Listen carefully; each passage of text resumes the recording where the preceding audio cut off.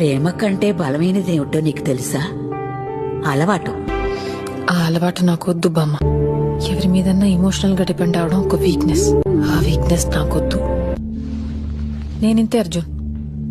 నాకెవ్వరి మీద ఎక్స్పెక్టేషన్స్ పెట్టుకోవడం, ఆధారపడడం అసలు నచ్చదు. ఒక్కటి తెలుసుకోండి, మా అమ్మని, మా ఫ్యామిలీని ఎలా చూసుకోవాలో నాకు బాగా తెలుసు.